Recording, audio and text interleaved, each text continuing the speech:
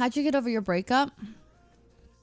How to get over my breakup? I stay really, really busy.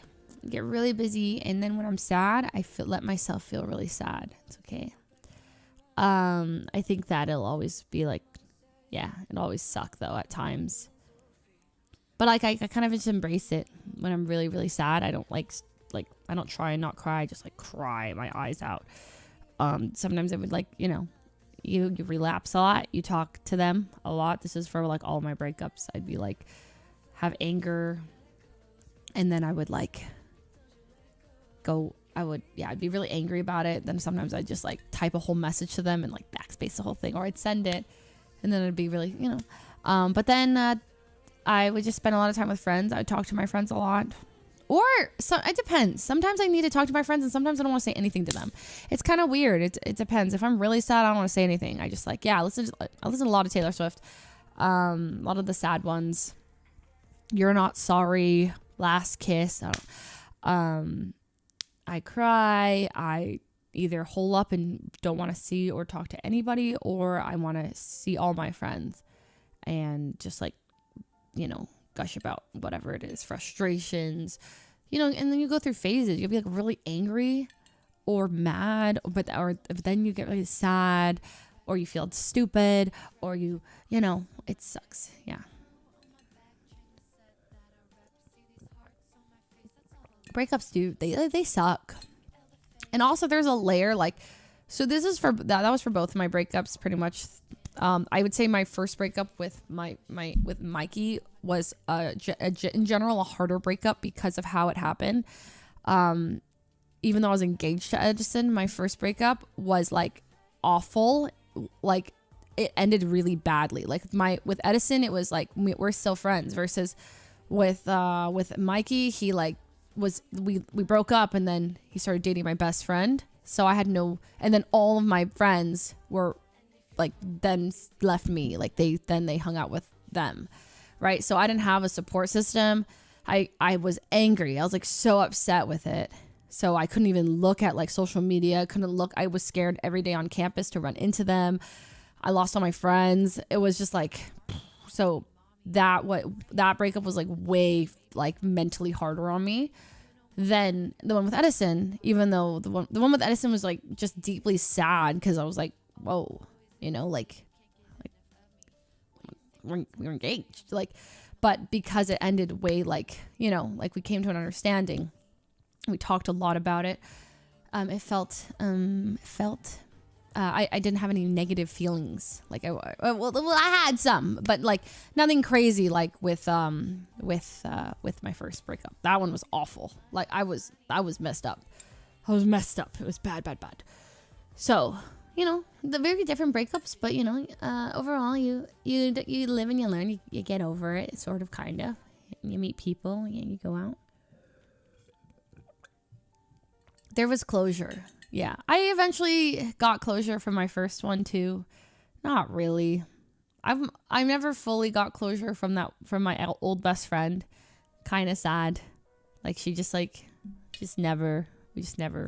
stopped talking when she started dating him, and then we just never talked again. So we've never discussed. I have no interest to go back on her from 8 years ago. What was it? 2014? 2015? I don't need to talk to anyone or talk to her. But that did suck. She was the worst. Absolute worst. She gave me girl problems. She made me scared of making girlfriends. That was the worst part of it. Because I literally she was my best friend. I got so close to her in every way. We would sleep in each other's beds, share clothes, everything. What's yours is mine. Come meet my parents. I'll meet your family. Stay at your house, my house. Fly here, fly there. Do everything together. That kind of best friend. We were attached at the hip. And then you're wow, that's crazy. She who must not be named. That was a really scummy thing. Yeah. Yeah, shared my boyfriend too. Crazy.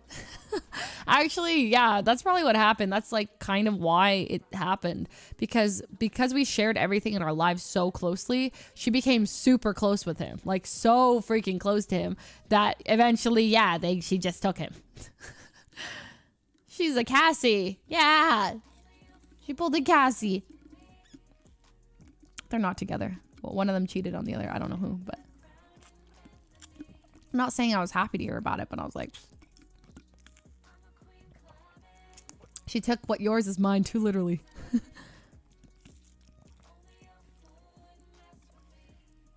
I'm not happy. Okay. But yeah, deserved. Deserved for sure. I have a friend who pulled a Cassie too. It's just like, and you know, like for the longest time, I was trying to cope with it by saying I was just in the way the whole time, and they're the ones meant to be together. I would like tell my best friend Ina, I was like, they're meant to be, and I was just a roadblock on the way to them finding love. So I hope they stay together forever so that my pain wasn't for nothing. But no, I'm glad they're, yeah. I don't know. I just like tried to make it, like I tried like to make sense of it. So that was like how I would feel better about the situation, was that they were meant to be, and I was just, I was in the way of that, and now I'm out of the way, and like they can be happy. Like, I don't, that's what I would say, and I would reason it. And I mean, it's like, no, what the hell?